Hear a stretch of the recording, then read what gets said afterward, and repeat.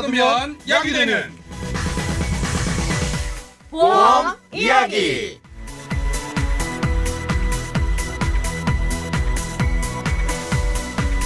안녕하세요. 알아두면 약이 되는 보험 이야기 알약보험. 저는 보험의 내비게이션 친절한 나비입니다. 오늘 방송은 번외로 준비한 특별판입니다. 최근 보험업계에 굉장히 핫한 이슈가 있는데요. 청취자 여러분께서 꼭 알아두셔야 할 내용이기 때문에 저희가 급히 모여 특별판으로 제작하게 되었습니다.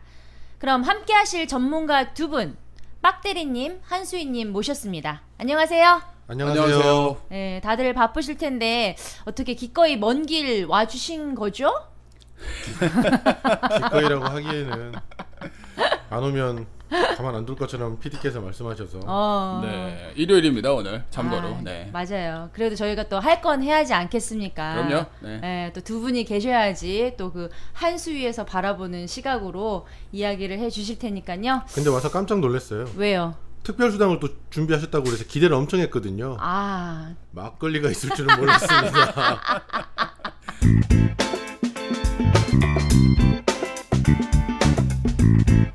지난번에 우리 녹음할 때 협찬 받았던 그거죠? 맞아요. 예. 맛있죠 그래도? 아직 안 먹어봤어요. 끝나고 먹어봐야지요. 오늘 주제는 보험업계를 뜨겁게 달구고 있는 가장 핫한 이슈인 바로 문재인 케어입니다. 지난 8월 9일 문재인 대통령이 서울 성모병원에서 건강보험 보장성 강화 대책을 직접 발표하셨죠. 꽤 파격적인 내용들이 많이 나왔는데요. 구체적인 내용과 함께 문제점은 없는지, 보험 소비자들에게 어떤 영향을 미치고 또 어떻게 대처해야 할지 그런 것들에 대해서 저희가 이야기를 나눠보도록 하겠습니다. 그럼 먼저 문재인 케어에 대한 내용을 소개해 주시겠어요? 네, 문재인 케어의 내용은 우리 청취자분들께서 대부분 언론을 통해서 많이 접하셨을 거예요 이미. 네. 그래서 하나하나 모두 나열하기에는 좀 무리가 좀 있고요. 네. 시간적으로다가도 굉장히 많은 부분을 차지하기 때문에 그건 좀 그렇고, 핵심만 좀 말씀드린다면 네. 문재인 케어의 핵심은 몸도 아파서 서러운데 돈이 없어서 치료 못 받는, 피눈물 나는 경우가 없어야 한다는 가치 철학적인 접근에서 출발한 것이다, 이렇게 보실 수 있고요. 좀 있어 보여. 가치 철학적인 접근. 네, 좀 있어 보이죠? 있는 말이에요? 네, 그럼요. 있습니다. 네, 그 정책적인 큰 방향 자체가 환자의 부담을 가중시키는 비급여 항목들을 전부 국민건강보험에서 지원하고 있는 급여 항목으로 바꾸겠다라는 것이 가장 큰 핵심입니다. 여기서 비급여라는 게요, 결국 건강보험 적용이 안 되는 항목인 거잖아요. 그렇죠. 그걸 앞으로는 급여 항목으로 바꿔서 지원을 해주겠다라는 건데, 네. 그럼 현재 비급여 항목이 어느 정도 되나요? 일단 뭐 비급여에 대해서 청취자들 중에서 조금 헷갈려하는 부분이 있는 것 같아서 네, 맞아요. 그 내용을 좀 설명해 드리면 우리가 병원에 가서 치료받고 영수증을 받아보면 네. 왼쪽 칸에는 요양급여, 오른쪽 칸에는 비급여라고 표기된 항목이 있습니다. 근데 이 비급여가 왜 있느냐, 뭐 쉽게 세 가지 정도로 이해할 수 있는데요. 네. 첫 번째는 치료가 신체의 기능 개선이 아니라 그냥 어떤 미용상에서, 네. 예를 들자면 우리 나비님이 최근에 하셨던 페이스 튜닝 같은 거 있잖아요. 하셨어요, 진짜? 아닌 것 같은데? 조용히 해라. 아, 네.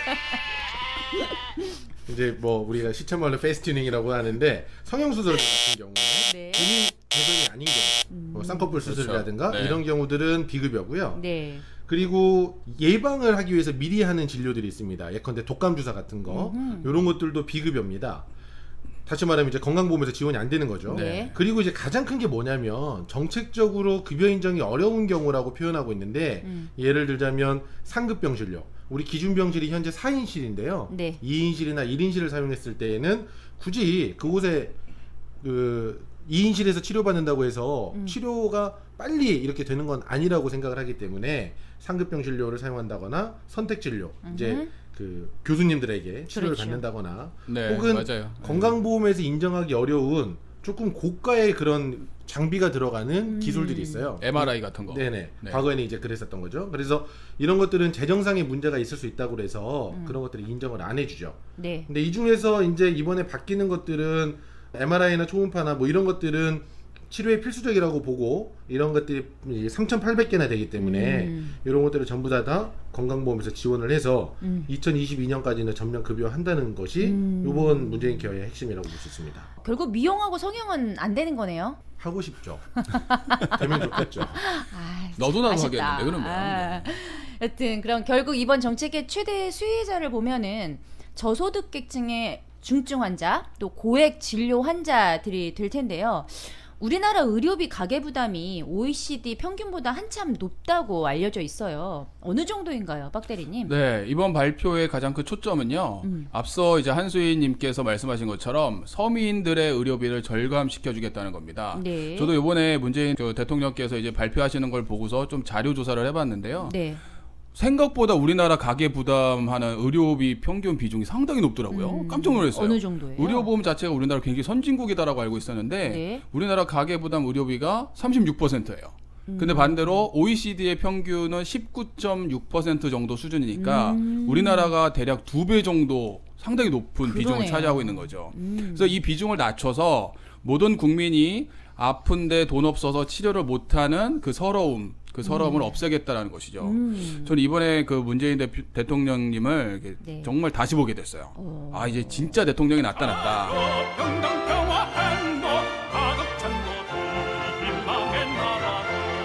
이게 진짜 나라다라는 생각이 들었죠. 아, 진짜 요즘에 감동. 정치권에 좀 관심 있으세요? 다음번에 출마하시는 거 아니에요? 아, 이런 사적인 얘기하면 좀 안 되겠죠. 줄되려고 하는 것 같은데. 아니 뭐 이것은 뭐 의견의 자유가 충분히 보장된 곳이니까 괜찮습니다. 뭐 글쎄 뭐 누군가의 블랙리스트에 올라갈 수 있는 오 마이 갓. 네. 네. 지금 여러분은 욜로캐스트가 만든 알아두면 약이 되는 보험 이야기 알약보험을 듣고 계십니다. 보험을 모르면 알약보험. 이제 무슨 연기도 하고 노래도 하고 아이고. 괜찮지 않았습니까? 네? 네, 여러분 알약보험을 들으시려면요 저희 팟빵 사이트나 욜로캐스트 홈페이지 www.yolocast.co.kr 그리고 페이스북 욜로캐스트로 오시면 지난 방송까지 모두 들으실 수 있습니다. 가치 있는 정보만을 전해드리는 팟캐스트 종합방송 욜로캐스트. 여러분은 지금 욜로캐스트가 만드는 보험 방송 알아두면 약이 되는 보험 이야기 알약보험을 듣고 계십니다. 그 문재인 케어에 대해서 저희가 좀 더 주의 깊게 봐야 할 사항이요. 바로 실손보험 관련 내용이다라고 생각을 합니다. 이 실손보험의 실효성에 대한 우려의 목소리가 많이 나오고 있는데요.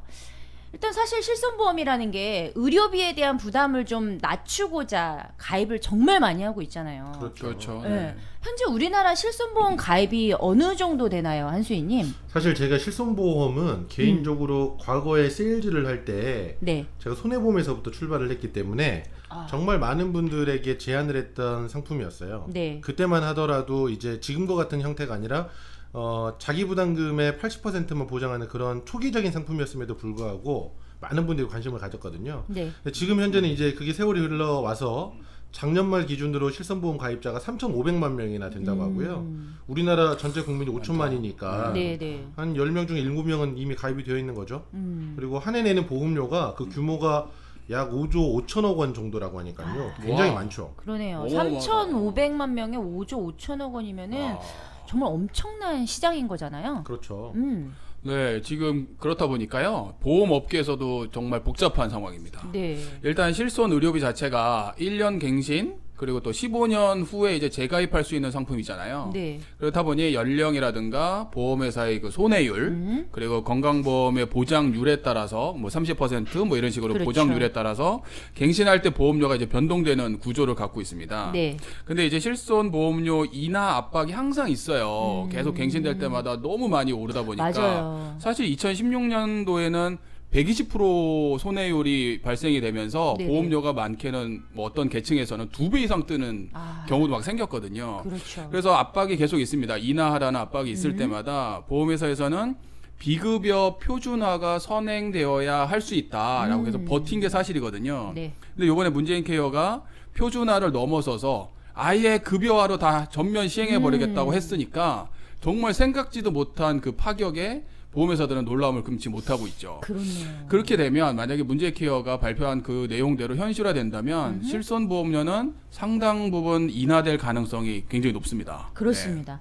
결국 이 문재인 케어가 보험 시장에 굉장히 큰 영향을 미칠 수 있다는 얘기잖아요. 어떤가요, 한수희님? 그런데 이제 그런 것 같아요. 그 아까 빡대리님 얘기하신 실손보험료에 대한 인하도요. 네. 뭐 예컨대 실손보험료가 10%가 인하된다 하더라도 보험료 자체가 높지가 않아요. 뭐 10,000원대, 20,000원대 이렇기 때문에 관건은 60세가 넘은 다음에 있는 굉장히 많이 인상이 되는 고연령자들의 실손보험이 이제 이슈가 될 수 있어요. 네네. 그리고 결론은 이런 것들은 당장에 이 문재인 케어가 이 보험 시장에 엄청난 폭풍우와 같은 변화로 다가오진 않겠지만 네. 그래도 꾸준히 내리는 가랑비에 옷 젖는 것처럼 그런 형태의 변화는 나타날 거라고 저는 생각합니다.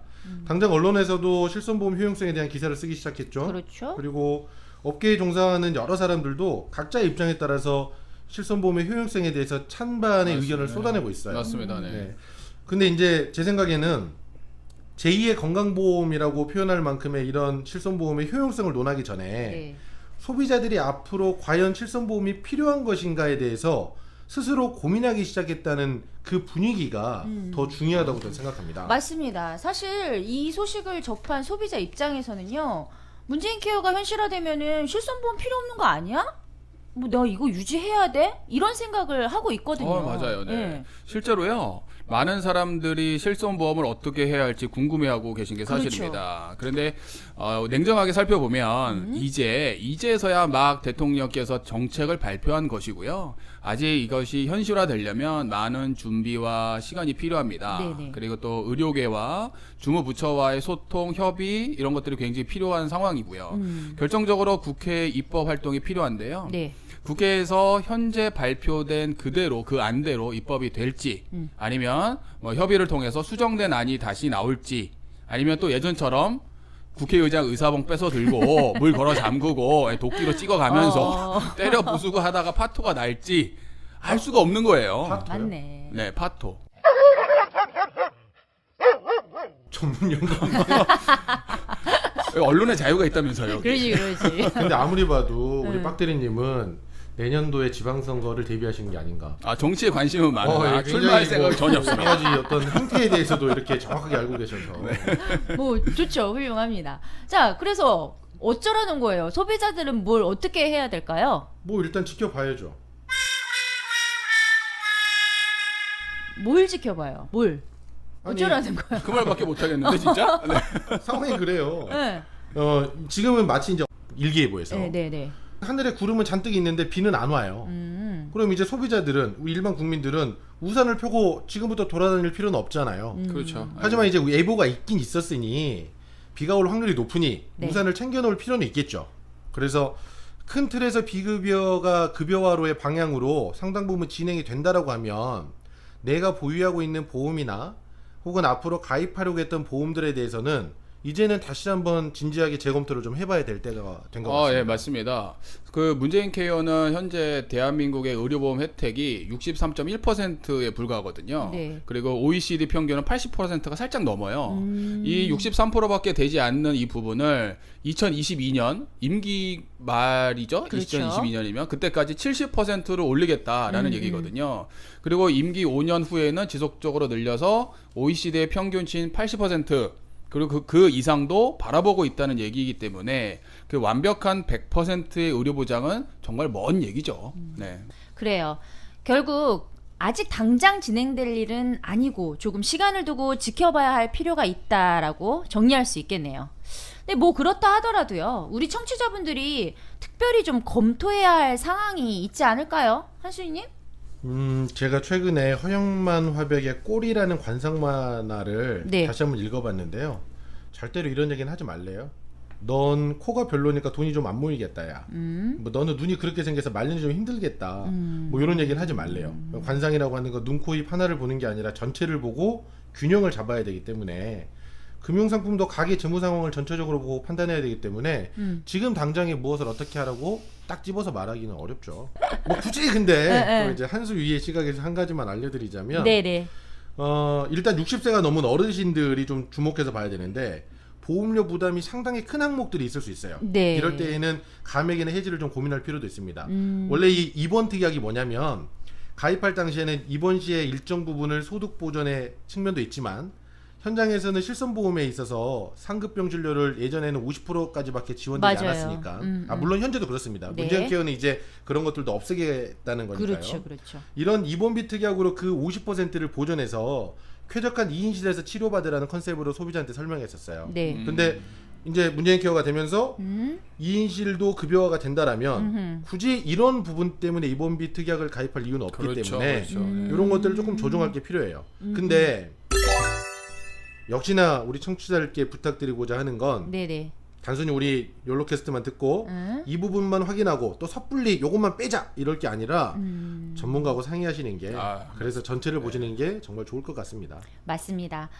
저희 청취자분들 전문가의 상담이 필요하시다면 저희 알약보험 홈페이지 또는 욜로캐스트 애플리케이션 설치 후 상담 요청을 남겨주시면 됩니다.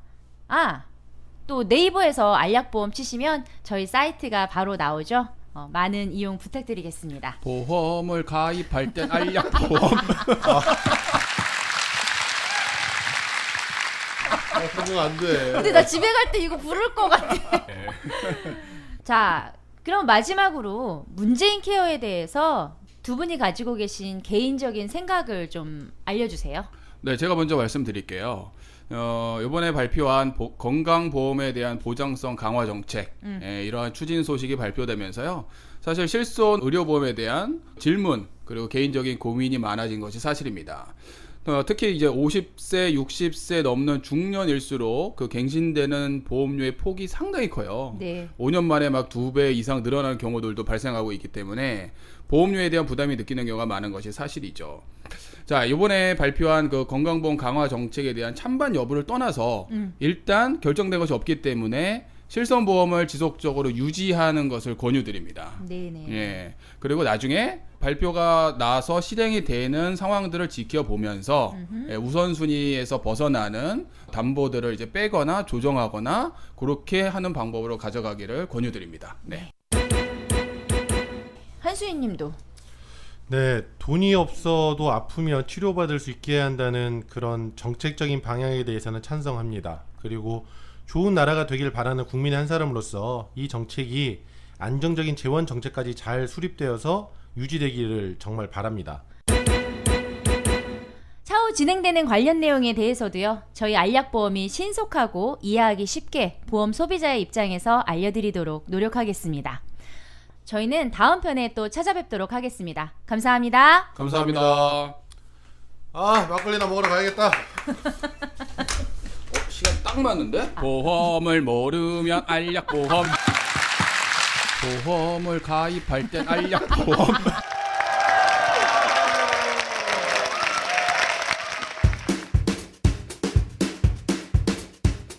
알약보험에 상담 신청을 하고 싶은 분들은 네이버 검색창에서 알약보험을 치거나 앱으로 신청하실 분들은 플레이스토어나 앱스토어에서 욜로캐스트를 검색해 앱을 다운받으시면 됩니다.